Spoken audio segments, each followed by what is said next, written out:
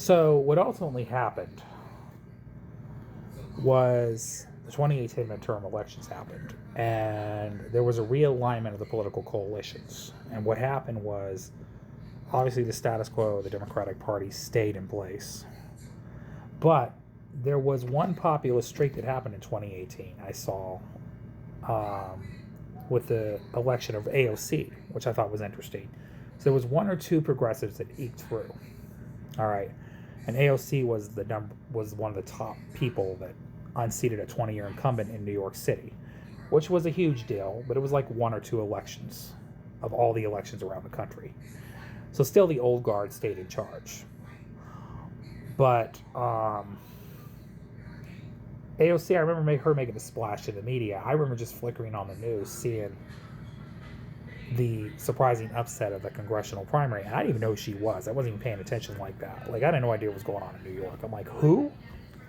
This lady unseated a 20-year incumbent? I was like, even I was just shocked. I was like, wow.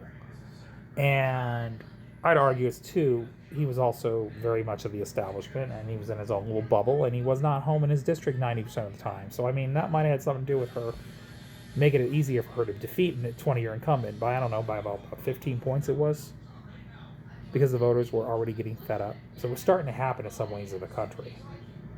But AOC made a surprising upset. So she became a building coalition of the JT Democrats, Justice Democrats. Now, to go back to history, I'd argue the original person that was leader of the Justice Democrats was Cori Bush from St. Louis, Missouri. But that being said, AOC ultimately won that year. Cori Bush didn't. So what happened was she became one of the lone progressives of the party that got elected. Then you had Ilhan Omar, Rashida Tlaib. So there were a few people. It was a very small number of people. Ayanna Pressley from Massachusetts was another one, who unseated a 20-year incumbent, which I don't know much about that election. I heard the guy that was in office was a good guy. He was a decent congressman, but I think people were just ready for change. It was not really a referendum on the guy's character. Plus, she represented the makeup of that district. You know, she had to be the first black woman to run, a city councilwoman, defeated a 20-year incumbent. It was basically a middle-of-the-road, progressive-ish white man who's been in office for 20 years. You know, very similar situation with AOC and Joe Crowley. Well, I'd argue Joe Crowley wasn't that progressive, but, you know, that was the situation on the Democratic side. But majority of the Democratic Party was still pro-establishment. And their coalition was realigning to appeal to suburban, educated voters, which paid off for them well to a certain point, because the most informed voters in America now are Democratic voters. It's no longer Republican voters. So the highest turnout voters are now Democrats, especially in off-year elections. So what happened with all that was, in off-year elections, Democrats did really well. Even in special elections, you saw Democrats win most of the special elections. And that started through 2017 all the way up to 2019, leading up to the re-election attempts for Donald Trump. And obviously, we get into 2020, we also had a Democratic primary where a lot of Democrats ran. There was a lot of people vying to run on the Democratic ticket. We saw a big fracturing in the party. We saw, you know, Elizabeth Warren, Bernie Sanders, everybody was running.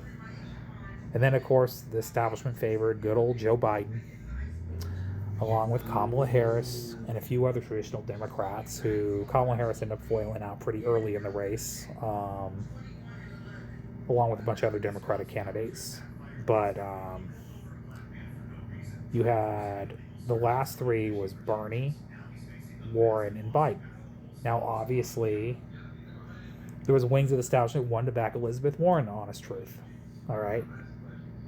They definitely didn't want Bernie. It was like, oh no, anybody but Bernie. All right. And on the Republican side, it was effectively Trump running unopposed for re-election. So during that time, we had that happening. And again, Bernie made splashes. Bernie did pretty good in the Democratic primary, but he ultimately didn't win. Ended up being Joe Biden, because everybody dropped out and endorsed Joe Biden. as the media constantly attacked Bernie Sanders. All right. So, again, Bernie did actually win the caucus in Nevada, which surprised me. He did win here. He did win in the caucus in California. All right. Again, it was just an example of the establishment slowly falling apart on both sides of the aisle. So I'd argue the Republican establishment was already defeated with Donald Trump. It was over. All right. He effectively was the leader of their party. So the Democratic establishment had a longer lifeline, like I said. So they ran, again, ultimately Joe Biden did win the primary, and he did better against Bernie than Hillary Clinton did, to be fair, because Biden was marginally more popular than Hillary Clinton. So Biden was running. Then we had the god-awful pandemic, which, thank you to Donald Trump flubbing the pandemic. A lot of this was due to Donald Trump flubbing the pandemic, even though he did effectively push the vaccines and roll out. You know, he did do some stuff to mitigate it a little bit, even though he caused a lot of it. So, again, him sending National Guard against protesters, Black Lives Matter protesters, you know, the George Floyd killing. There was a lot going on that year. I remember 2020, and it was just like, you know, Biden ran and pledged to fix all these issues, and Biden was going to be the guy to bring back the country to normalcy. Biden was going to push for the George Floyd Act. Biden was, you know, he ran all the right things at the time because America was just tired of the shenanigans with Trump. So in 2020, Biden ended up defeating Trump just because people were tired of the chaos. Not for any other reason, okay? And I just want to argue that point to people. So Biden was like the carryover candidate. Again, he ran promising to be a bridge to the new generation, though, when he picked Kamala Harris as VP. So that happened. Trump got defeated, and of course Trump had to push an election lie to how do I put it? To make excuses for losing. To make cover for losing, because he was embarrassed for losing to Joe Biden. He didn't think it's possible he could lose to Joe Biden. It is possible because people were fed up with him. All right, and people were mad about the pandemic. So here's the thing. That benefited Biden. And Biden ended up winning in 2020. But here's the thing. It was only going to be short-lived, because Biden carried us through the pandemic, to be honest, and then we had the issue with inflation. And there was a lot of promises that were not kept in the Biden administration. There was a lot of political obstructionism, even within the Democratic Party. A lot of people in the Democratic Party who ended up being charlatans and ultimately resigned, like the Kirsten Sinemas and Joe Manchins, who blocked progress at every end, and now are no longer, as you see, U.S. senators. So here we are. And now you had Joe Biden not able to get all his promises done. And ultimately, I don't think he wanted to do half the stuff that he promised. You know, because again, he represented the status quo. He represented the old political guard. All right? He never wanted to challenge the powerful.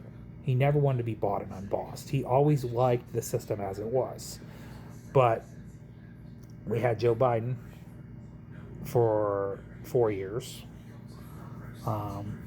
Again, all right, I'm going to continue off my next video. See you guys later. Have a great night. Goodbye.